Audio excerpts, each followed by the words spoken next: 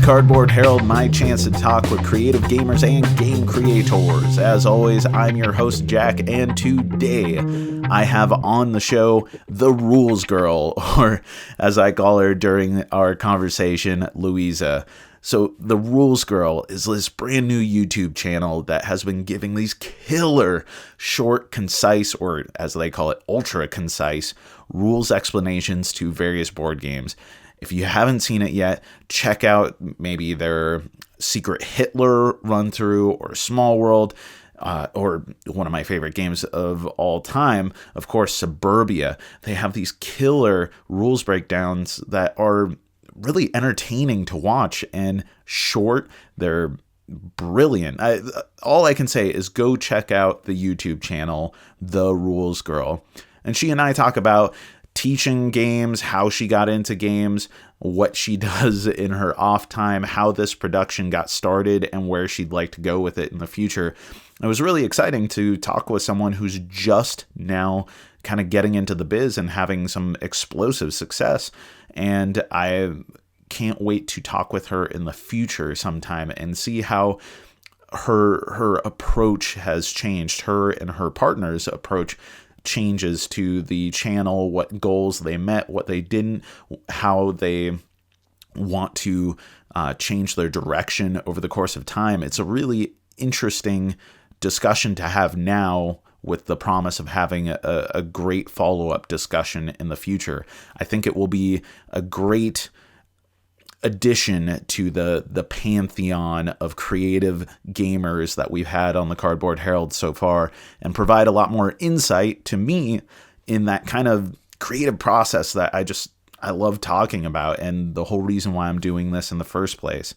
So we'll get to that conversation in just a minute, but I wanted to talk about some game news that I just read about. This is hot off the press today, Tuesday, March 14th, if you're listening to it. Pie Day. Did you have some pie? I actually didn't have some pie.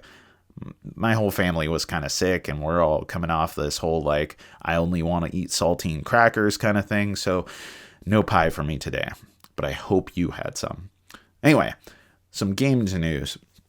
This is really interesting because Cool Mini or Not, who have the active Rising Sun Kickstarter, which is ridiculous how big that whole thing has gotten, cumbersomely big on Kickstarter, but they announced that they've hired on Eric Lang as their full-time director of game design and Adrian Smith as their full-time lead artist. And those are the designer and artist for Blood Rage, as well as Rising Sun, and many, many other successful games. It's really interesting because Cool Mini or Not, say 2 or 3 years ago, was this kind of niche company that didn't stand up to giants like Days of Wonder or Fantasy Flight Games as these kind of independent companies. But in the last year or so, we've seen all these major companies consolidated under Asmodee into this one giant conglomerate. And surprisingly, the independent publisher that has stood up to hold their own and reach for massive success outside of this giant Asmodee empire has been Cool Mini or Not. And of course, there have been other companies that are still producing plenty of high quality games that were independently producing awesome stuff over the last couple of years. I mean, Portal Games, Bezier Games, Stronghold Games. There's tons of companies out there, but Cool Mini or Not is kind of filling up the spot that Fantasy Flight had not long ago. And I find it really interesting that they're hiring internal people to be their full-time director and artist, which tells me they're looking to really expand and maybe reach more markets than they have in the past. Cool Mini or Not definitely has their thing going for them, but they have been experimenting a little bit. If you weren't aware, the Grizzled, was a Cool Mini or Not release here in the United States, and the reprint of Queen's Necklace was also a Cool Mini or Not thing. Both games that had no minis in them, but were definitely produced by these guys. And that tells me they're looking to be a competitor with the big dogs, the biggest of big dogs. I'm talking the Asmodee Hasbro level. And so I'm really interested to see what this company does, even if CMON isn't always my thing. You know, I've strayed definitely more in the Euro direction over time. And while I really like Blood Rage, Rising Sun is still a kind of maybe for me. I like dudes on a map kind of games, but I don't always really get to enjoy them as much as I'd want to other games. I just don't find a way of integrating it into my gaming group, my circle. Or maybe that's by a lack of people really wanting that in the group, or maybe it's a lack of a passion from me for it. And I definitely have games like that in my collection, but do I need another? I don't know. Either way, Rising Sun looks really cool. And if you are really into skirmishy, diplomatic war games, then I really strongly encourage you to check it out. Some of the most incredible miniatures I've ever seen. It's definitely par for the course for Cool Mini or Not. The theme is really cool. And of course, the pedigree of that designer and artist team of Eric Lang and Adrian Smith is very, very cool. Then another announcement today, one that I'm way more excited about. Not that the other bit wasn't exciting, but that's more interesting stuff. That's cool industry things. This is all for me, that delicious just for Jack type of thing. Ted Alspach and Bezier Games announced The Palace of Mad King Ludwig, a brand new standalone game that's a tile-laying game in the Bezier lineup of tile-laying games. Now, if you listen to our interview maybe 10, 12 episodes ago, or maybe less than that, I don't even remember what number that is. I should be more prepared for this sometimes. Ted talked about how he was working on a tile-laying game that was going to be the best of both worlds when it came to Suburbia and the Castles of Mad King Ludwig, and he wasn't prepared to talk about what that was. Now, I'm thinking that this is it, the Palace of Mad King Ludwig, where all players are cooperatively building one palace that's progressively being surrounded by a moat. We really don't know much about the game at all, other than that the front and back of the game can be seen on the Bezier Games website, which you should check out. And if you take a look at that, it kind of has a Carcassonne vibe going to it, but I know that there's got to be more to it than that. There's some master builder elements in it still, which of course calls to the master builder in Castles of Mad King Ludwig. Maybe some sort of auctioning thing. I don't know. All I know is I like Castles of Mad King Ludwig. I love Suburbia, and I definitely want to check out what the next tile-laying game from Bezier Games is. So definitely see what that game is all about. I know I am. And that's it for the news that I wanted to talk about. Not really much else going on here. I'm still working on the Seven Wonders retrospective project, and finally, it's about time, but in the next day or two, I should have this review of Kingdom Builders Marshlands up. Honestly, I've been playing a lot of older games, been playing a lot of, Lords of Waterdeep. I got to play some old classics like Carcassonne lately, and other than that, new games have been mainly video games. Yeah, I've been playing a ton of that Breath of the Wild, and that is amazing. So without further ado, let's go ahead and get to our talk with Luiza, aka the Rules Girl.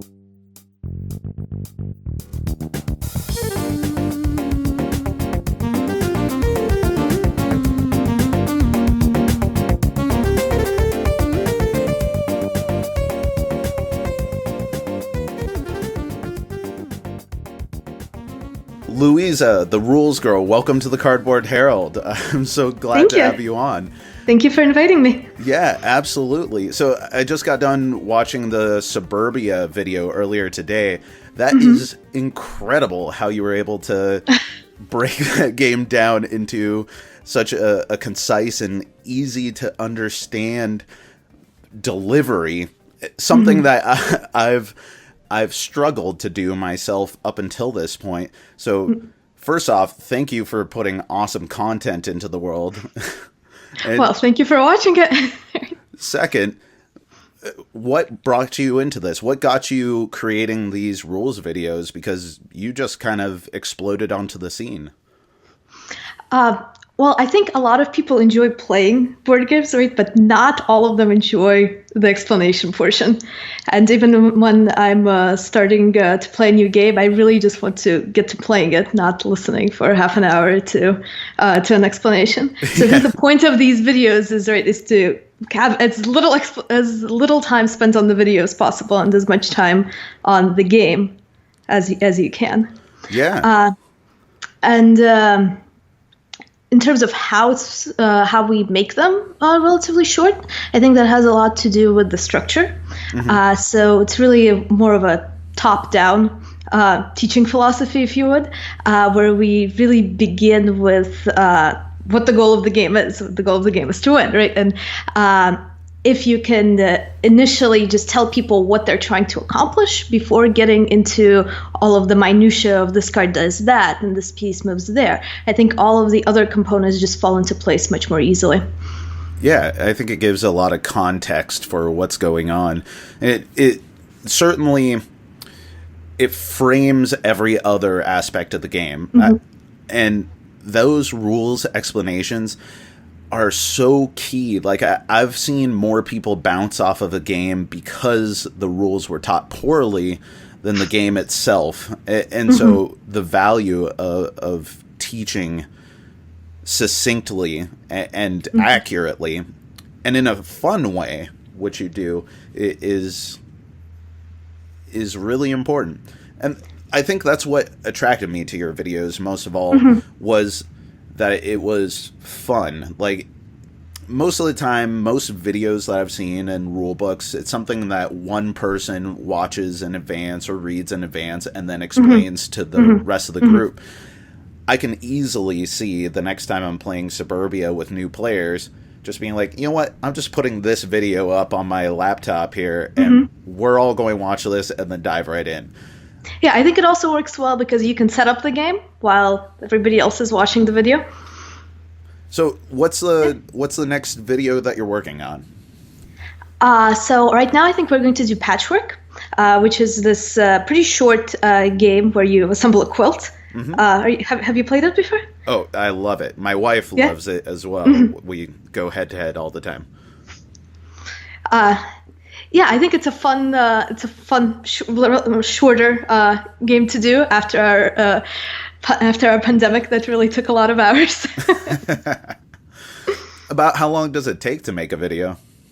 So the writing and voiceover is relatively quick. That would be a couple of hours to write and make sure that all of the rules are accurate, and then maybe half an hour to actually voice. Half an hour to an hour, and the bulk of the time is really the animation.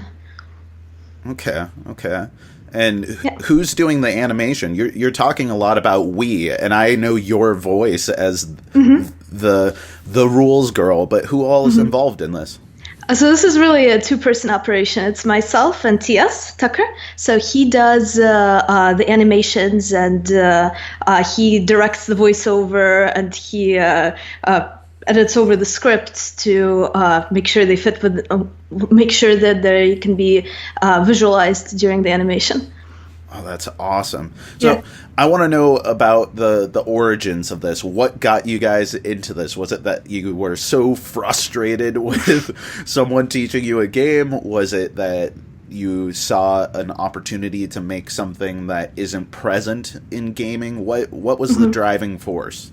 Yeah, I think we really saw a niche that wasn't filled with these short videos, and I think it's an important service to a board game community, right? To be able to provide an opportunity for people to quickly get to the game, to not deliver an opinion on the game, not even deliver strategy on the game, but just purely this is how you are going to interact with this system that somebody has invented. So how long have you been playing board games? I think I started in college, so not that many years. Okay. What was the first game that you remember being exposed to? I think it was, I'm not sure which exactly game it was that I played first, but I think Suburbia was the most memorable one. I was actually really excited to do that video recently. And it's absolutely one of my favorites. Oh, I completely agree. And it's such a cool game. It was one of those things that I felt like this person gets me. He gets my love for spreadsheets. He gets my love for PowerPoint presentations. Ted Alspach is... He understands bureaucracy in a way that I can appreciate. So you were exposed to Suburbia. Do you feel like...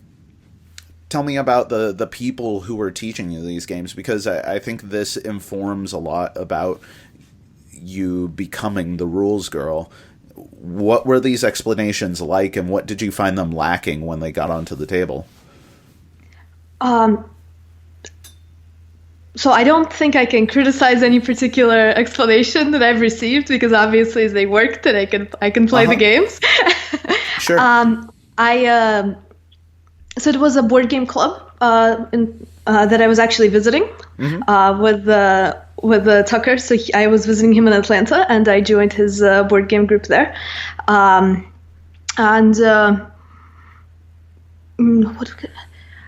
think I'm just a little bit impatient.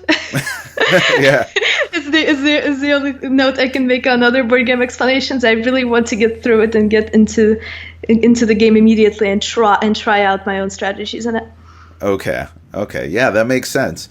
It gives you a little bit of a playground to operate in. So have there been any games where you have attempted to teach someone else and you felt like you failed at it? I think what a person understands just varies, right? Actually, I did a lot of tutoring for high school and for college chemistry classes. So really? I just know that it takes sometimes different approach. Maybe for some people the voice explanation is enough. For some people it's necessary to play with the pieces and show them what goes where, and they actually understand the game as they begin playing it. So that's actually, I think, an advantage of the animation, because you can direct attention exactly where you want it to go, and you can really show just the essential pieces for the particular concept that you're explaining, which I think is a very useful visual aid for any sort of explanation. Man, that has got to be a perfect lead-in to teaching rules, is being able to tutor chemistry, because it's all about, here are the very strict rules, except for these 15 exceptions. Yes, exactly. Have you taken organic chemistry or something like that? Yeah. Yes. And chemistry, organic chemistry, it was all very difficult for me, because I love straightforward math and algebra and calculus, and I like the simplicity of this is always true, and chemistry is not that way. was not always true. It was almost always true, and I really struggled with that. So let me know a little bit more about you. You went to school there in California, or where'd you go to college? I went to college at U Chicago, and I actually just moved here to LA for grad school. So I'm a PhD student in medical engineering. Oh, okay. So not trying to make a career out of voiceover for board game videos right now. Well, right now they can coexist. Yeah, absolutely. Well, you got to have hobbies. This certainly isn't my day-to-day job for sure, but definitely something that I really enjoy doing. And you talked about earlier, contributing to a community. I think that's something that is so well ingrained into tabletop gaming, and maybe even in gaming in general, is a necessity to invest in your community, not just as in getting more players to it, but feeling a need to provide something back. It's really interesting. I haven't spent any time thinking about why that is, but I bet if I dived into that a little bit, I'd give it some consideration. There might be some implications for why gamers are so invested in community. Well, at least I think with tabletop gaming, you're with people in the same room. You need those people there for you to enjoy yourself. Yeah, well, it's not only that. I think it's the type of person that seeks it. One, it's probably someone who values intellectual interaction, because you're playing in this space with rules confining you. But there's also this need for social interaction. The type of person who wants to play a tabletop game desires having other people, so you already have an inherent desire to establish social connections with people. And I think that may make you more of an empathetic person. Maybe. I don't know. I'm just kind of spitballing at the moment. But at the same time, you have the shared intellectual challenge. So yeah, I see how the two play together. Yeah. So I hope this isn't off limits or anything here, but I couldn't help but notice that you have an accent. Did you? I do. I moved to the U.S. from Russia about 11 years ago. Oh, okay. So you moved to the U.S. from Russia with your parents? Yes, with my mom. Oh, okay. And that has got to be a heck of a transition. A little bit, yes. I think I'm mostly over it by now. Well, yeah, absolutely. What was the impetus for the move over to the U.S.? My mom has always thought there would be more opportunity here to do whatever it is that I or she wanted to do. Okay, cool. Yeah, I've spoken to several people actually for this podcast at this point that either grew up overseas or have immigrated here. I was born overseas, though I was a U.S. citizen born abroad, I guess. But no, that's interesting. It lends itself well to the video. You have an authority to your voice, and also something that is distinct. I mean, your English is perfect. Thank you. Said, you've been here for 11 years, but it makes your voice distinct among other voices. So I think that's worked out well for you. So what are you playing these days? What's really getting you going as far as tabletop gaming? I think for the past couple of weeks we've been playing a lot of Seven Wonders Duel. We just recently got the deity expansion. How is it? I haven't been able to check it out yet. I think it adds a lot of new layers to the game, and definitely slows me down at least a little bit, because you have to really consider all of the different branches and of what try to calculate ahead what cards you're going to take, or sorry. Oh no. Well, I think Seven Wonders Duel, and you're talking about patchwork. I mean, those are monsters in the two-player gaming market right now. Is that the type of gaming that you're finding yourself in a situation for, or are you doing a lot of group gaming as well?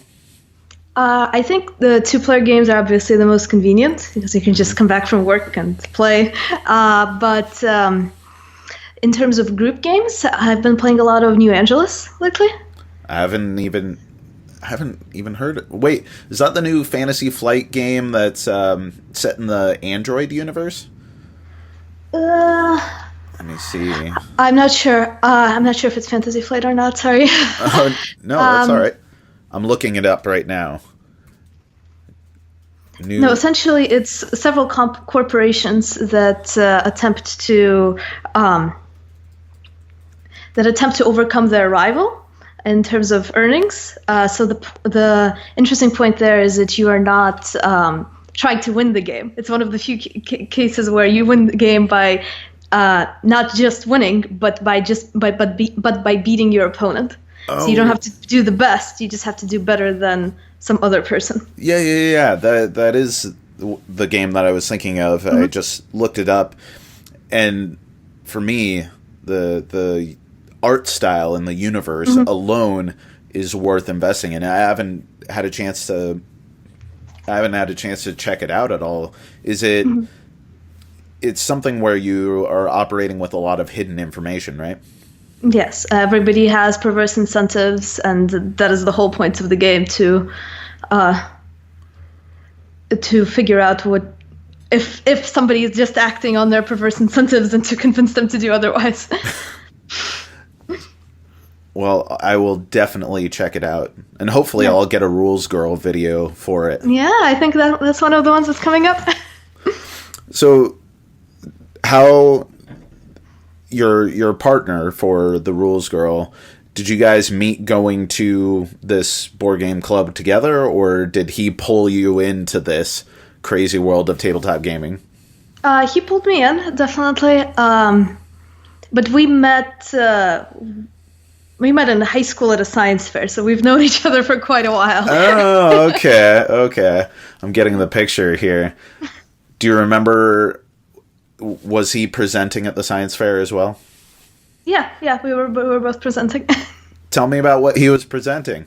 I want to know more about the secret origins of the Rules Girl channel. All right.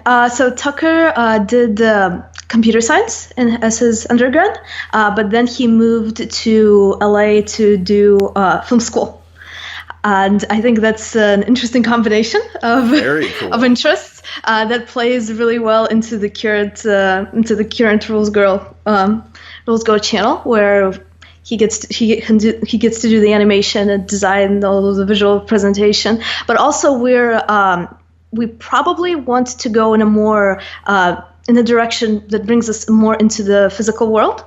As in, ideally, for example, we would once we get a whole lot of videos, we would want somebody to be able to go into a game store and take a picture of a box game, and if there is a Rules Girl video, we want that instruction to immediately show up. So make some type of app that would do that, for example, or have some type of sticker that would go on a game or into a rule book, where again you would be able to scan it and get a rules video explanation. Oh, that's awesome. Well, have you guys considered reaching out to game developers, or maybe starting with Kickstarter developers, self-published games, to see if you could be included as part of the, hey, this rule book also refers to a visual learning style, the Rules Girl presentation. Have you guys? I think we would definitely like to do that, and we've done a couple of we started to do some commissioned videos for recently developed games, but we haven't yet had the opportunity to get started on a Kickstarter like that. It was definitely in the plans, though. Oh, that's awesome that you did commissioned videos. What videos were those? That was the Barnyard Roundup. Okay, cool. Yep. Yeah, so ideally we would like to be in a rule book, or we would like to partner with a Kickstarter and say, hey, we'll do a rules game. We'll do an explanation for you for some small percentage of what you make off the Kickstarter, or also bringing it back into a physical world. We would love to say go to a convention, right, and do a booth of rules game explanations. Yeah. Are you guys planning on doing any conventions or anything, presenting yourselves as the Rules Girl? Eventually, hopefully. I think we'll first get a larger library of videos started. so that we have a bit more to contribute. Yeah. I mean, we're very young. We've only started this, I think, 2 weeks ago. Yeah, I know. And I am already jumping onto it. I found, for the audience out there, I found you through Reddit, and I'm also, the Cardboard Herald is relatively new. I think I've been doing this maybe like 5 or 6 months or something. Mm-hmm. And it's amazing that if you show an earnest attempt at producing content, and you have very, very professional content, far more professional than anything that I got going on, that a lot of doors open to you. For instance, when I started, I thought I'd be occasionally getting to interview interesting people to present to the world, and quickly I started amassing interviews with some people who were practically heroes to me. You know, the ability to interview Bruno Catala or Ted Alspach. Yeah, I heard that one. For the podcast was very shocking to me, how quickly those doors opened up. So I think with the true invested time that you must be putting into these videos, I think you guys are going to take off far more than you already have, and you've already had some pretty explosive success. Have you had anyone else contact you for that you didn't expect right away? Well, we did get an article from Geeks and Sundry. Oh, that's awesome! Yeah, so that we were very happy to see that. Man, you're it's big exciting time. Exciting to be mentioned, yeah. Man, you are big time. You're in the Felicia Day territory there. Oh man, that's cool. So, how about you? A little bit more about Luiza. What are your interests outside of your academic work right now? Well, at the moment, these videos and my PhD are taking up the vast majority of my time. Yeah, so I guess in terms of my academic work, I think that counts as an interest. Yeah, I'm going to make that decision. Yeah. I work on very very miniaturized 3D printing for a medical application. So ideally, resins for ocular implants. What? This is incredible. Yeah, but I think the advantage of doing these videos as compared to this really long-term work is the much more immediate feedback of people like this. This is useful, as opposed to, yes, in 5 years you will receive a degree and maybe this will be implanted in somebody eventually. Yeah, well, it could have tremendous impacts on the lives of tons of people out there. Ocular implants, man, you're making this into the world that's in New Angeles. You know, augmented humans here. That's really cool.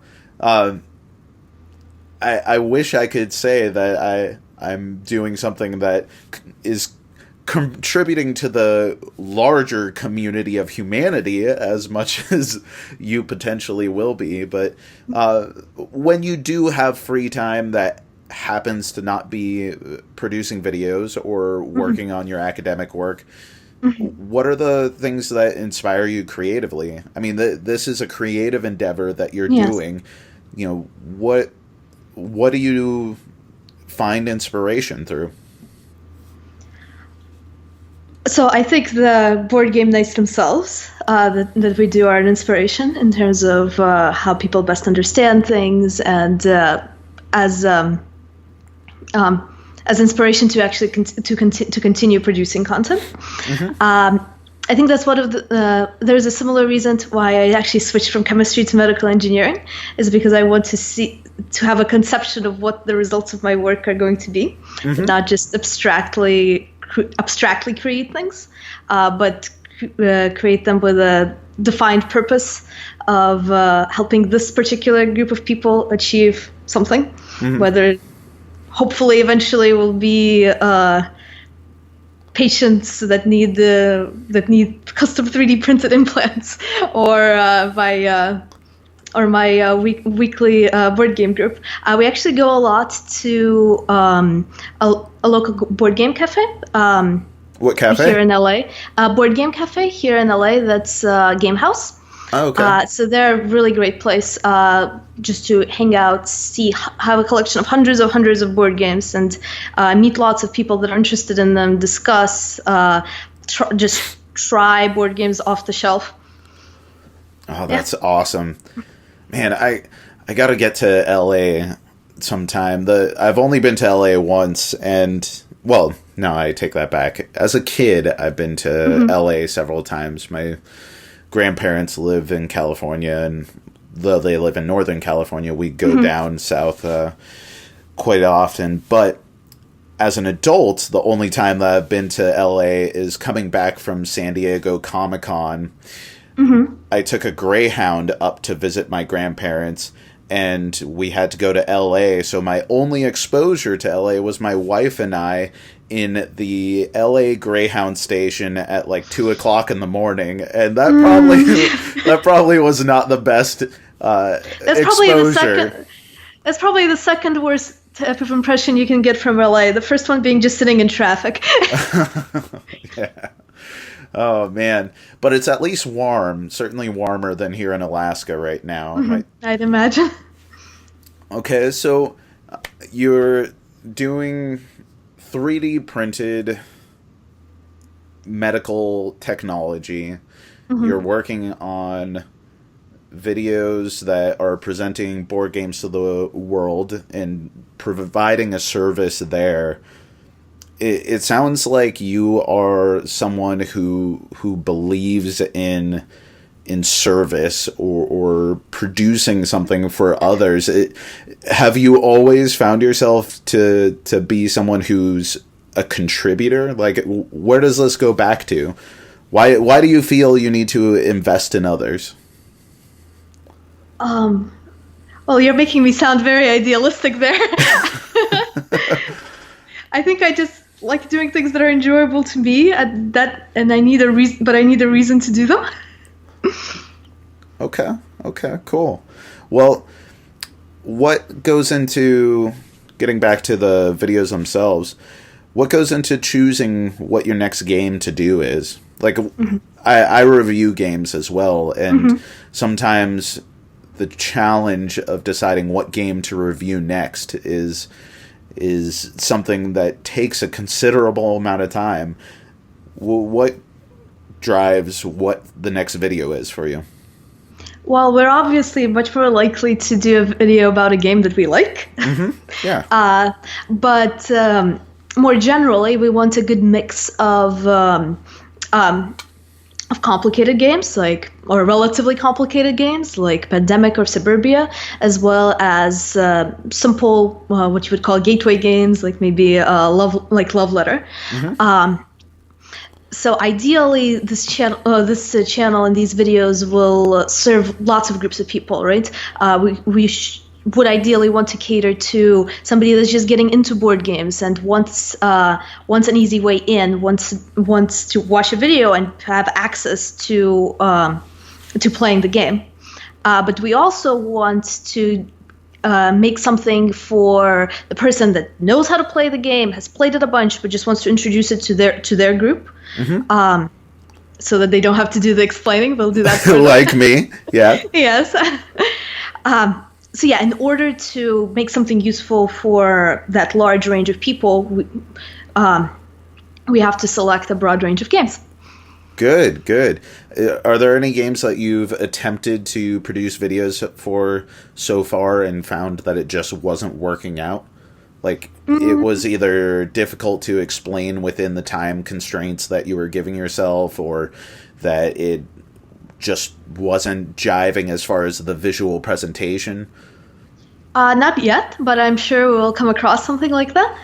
I think the next challenging one we could try to do would be Eldritch Horror, which I really like. But obviously there are so many components to that. I'm not sure how that will come out.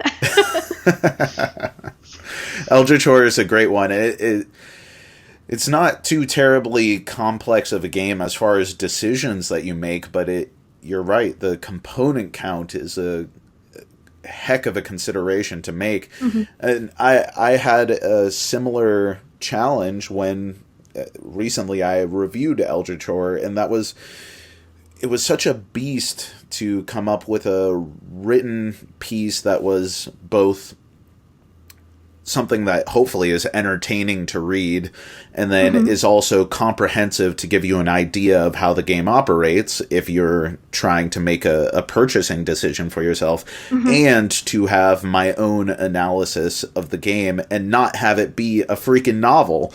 And there's so much to cover, and in a review the purpose is very different than rules, so yes. I wasn't trying to get into every single rule, but I found as I would give my impressions later on in the review, I had to go back and give more specific information about the operation of the game. And that's really a struggle to be able to make those, I guess, compromises on how much am I just reiterating what is a rules explanation of the game, or how much am I contextualizing my own opinion of the game.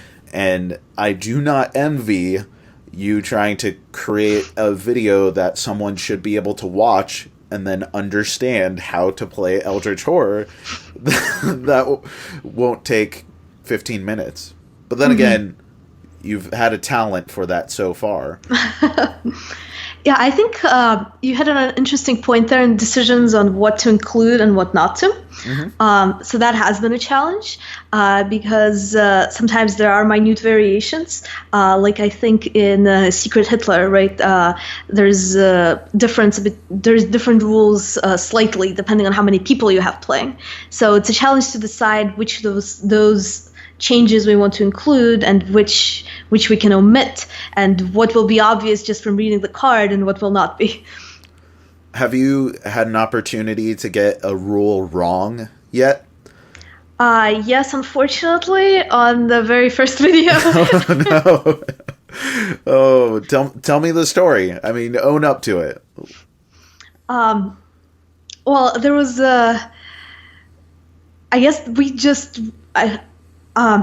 I guess I wrote it the way I always played it, which turned out not to exactly match the rule book. And those type of mistakes are difficult to catch, right? Because you think you know something.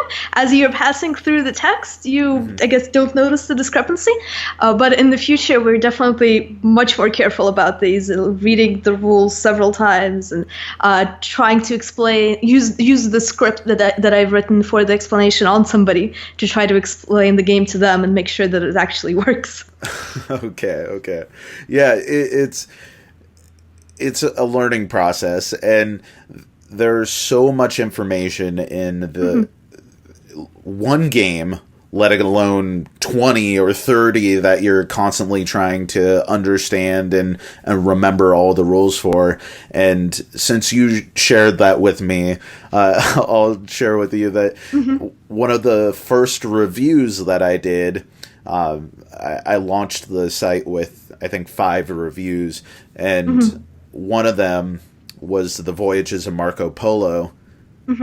No, that was the first one that I did after launching the site, and that was the one game that I didn't own in my collection, and so I was operating based off of my memory of playing it, and I had played it several times, but I hadn't played it for, I don't know, a couple months or so, and I thought I had remembered all the rules perfectly, and my opinion of the game hadn't changed, and much to the dismay of the larger board gaming community, I didn't like the game that much, but I got a couple of the rules wrong in my explanation of the game, and that completely undermined anyone's respect for my opinion of the game. Is like, oh, clearly you were playing it wrong and that kind of stuff. And I learned a very important lesson at that time.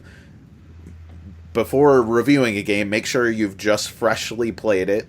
Make sure that you read the rules over again, and also have someone else who's more intimately aware of this game than you are to review and confirm your understanding of the game first. So I had my own learning opportunity with that too. And board gaming community is a very forgiving community. Like I said, if you put effort into making good content, people will try to uplift you. So, and clearly they've been doing that so far. From I'm really amazed at all of the support from anywhere we've posted those videos. Yeah, that's awesome. So, what's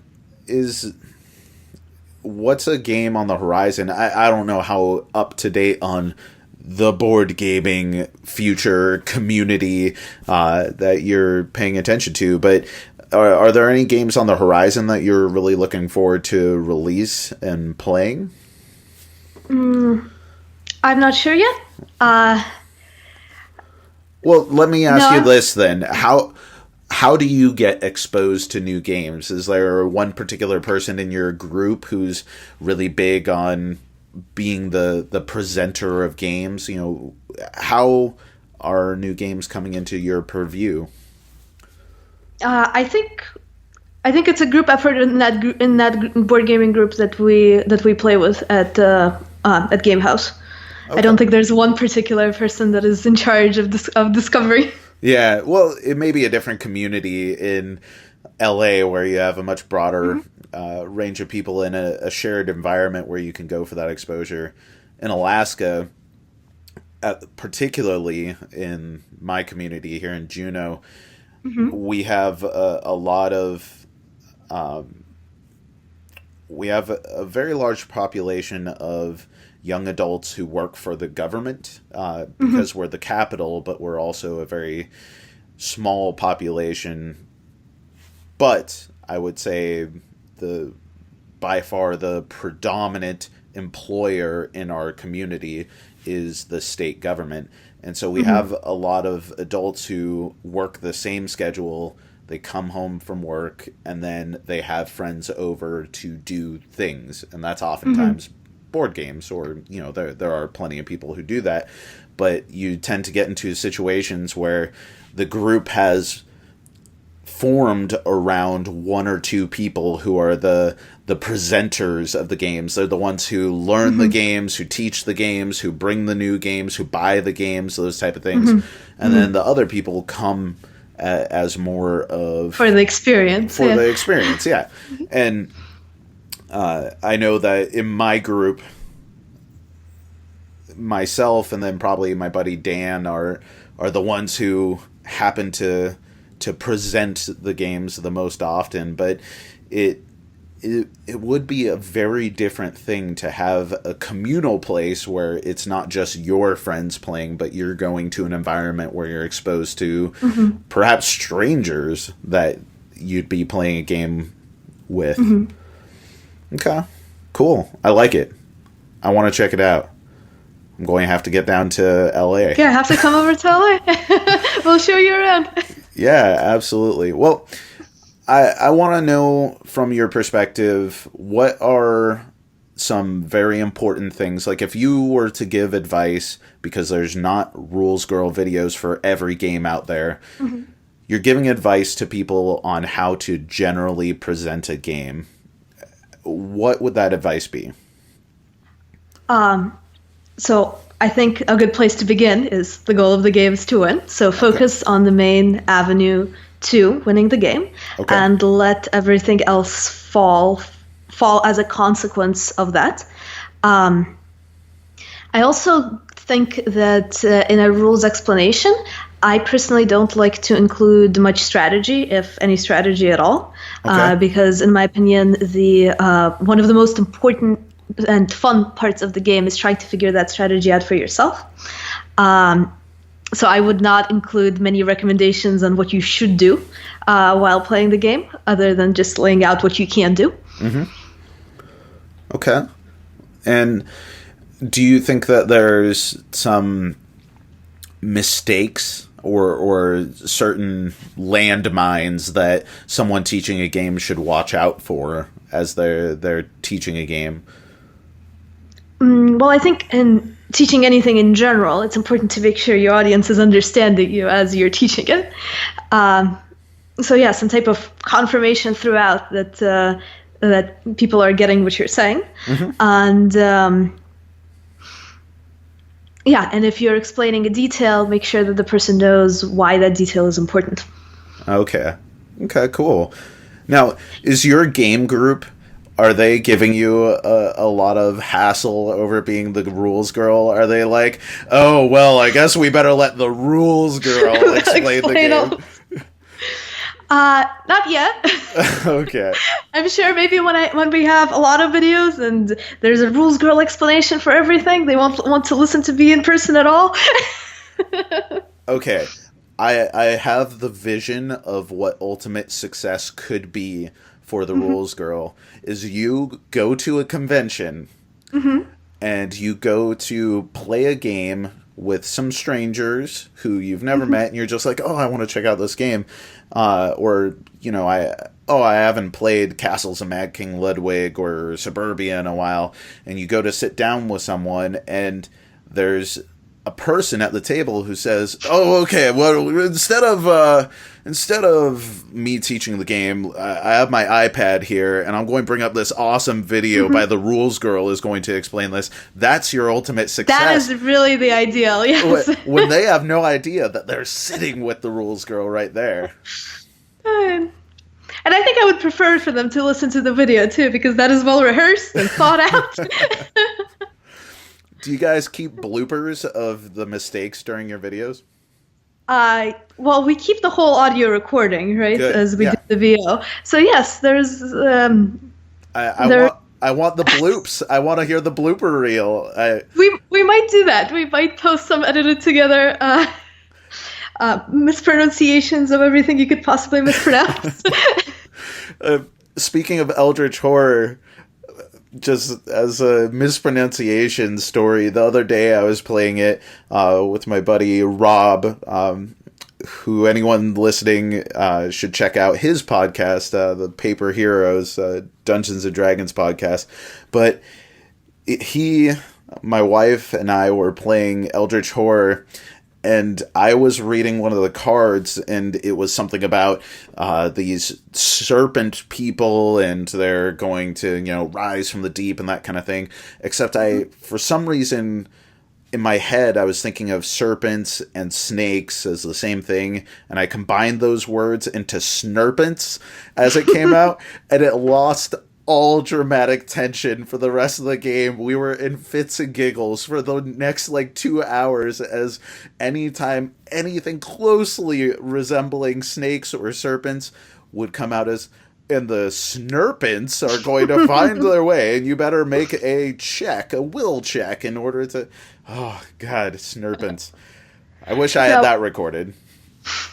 Now, we do all of the recording right here, right? So we have, for some reason, we have a lot of helicopters flying around. So at random points, there's a helicopter. We unplug the fridge in order to not get as much noise. Sometimes we'll forget to do that, and we'll randomly turn on. I was recording a podcast the other day. Fortunately, it was just an introduction instead of an interview like this. And I had no idea my cat was in the room that I'm recording in, my kind of makeshift studio here, and he was on top of this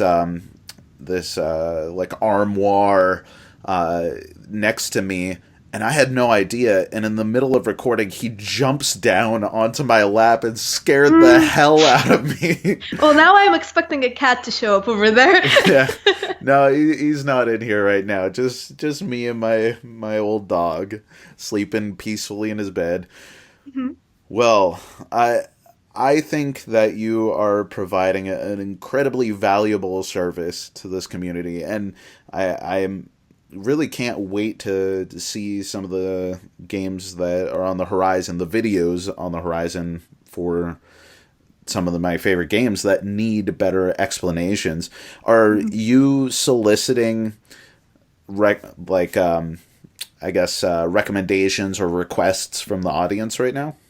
Yeah, of course. We always want to hear what people want to listen to. So yes. What's the best way to get a hold of you? So you can just email me at rulesgirl@rulesgirl.com. Awesome. And Yeah.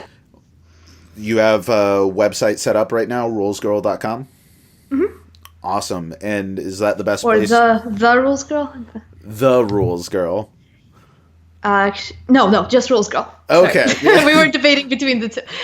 I totally get it. When I was Yeah. doing my website, we're the Cardboard Herald, but we dropped off the for the website. So we got a lot of commonalities here, Luiza. We got it covered. Treading the same path. I guess so. Something like that. And as far as the best way of keeping up with the content, clearly going to the website, but also subscribing to your channel on YouTube. It's just under The Rules Girl, right? Yeah, there's a channel that has all the videos we've done so far, and the comments to those videos are also a great place to leave any recommendations. We check all of those, obviously.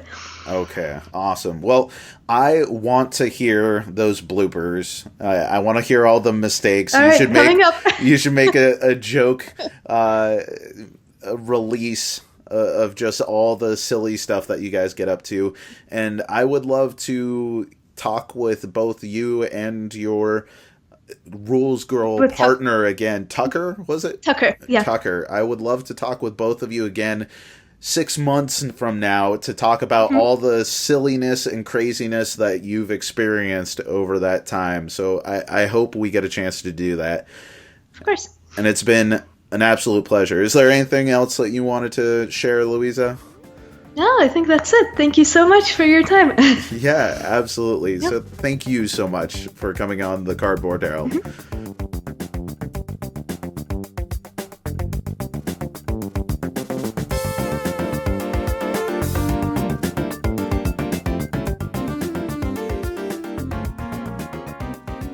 Wasn't she great? That was awesome to be able to have Luiza on the podcast. And it's about time I finally had a woman on the podcast, because there are a ton of creative gamers and game creators out there who are females, women, or girls, or however you self-identify.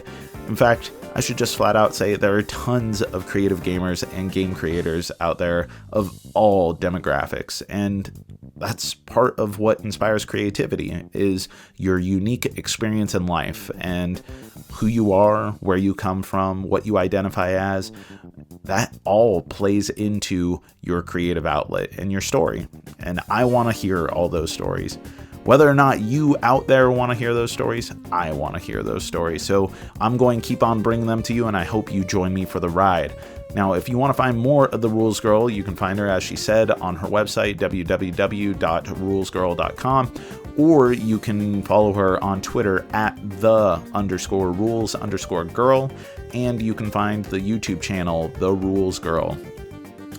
You should also check out Cheap Beats, the record label that provided the music, the additional music for this episode. Today's track is by Vince Kaichan, is titled Sunday Street, and you can find all of Cheap Beats music at cheapbeatsmusic.bandcamp.com. So thank you so much, Cheap Beats, for providing this. And as far as what you can do to help the Cardboard Herald, you can just spread the word. You can interact with us. I would love to hear what you get out of this podcast, and I'd love to hear your feedback on what you are so tired of hearing out of this out of this podcast. You can email us, cardboardherald@gmail.com, or you can follow us on Twitter and send us a message there at cardboardherald. And of course, check out the website, www.cardboardherald.com, and please, more than anything, give us a review on iTunes. It can just be the stars, or even better, go ahead and write something there. I might even read it on the podcast. So thank you so much for listening, and I hope you keep on gaming, and I'll keep talking to you next week. Thanks, everyone.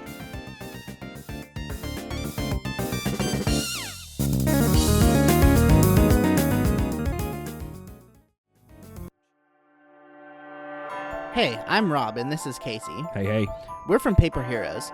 We both DM stories for an actual play D&D 5th edition podcast.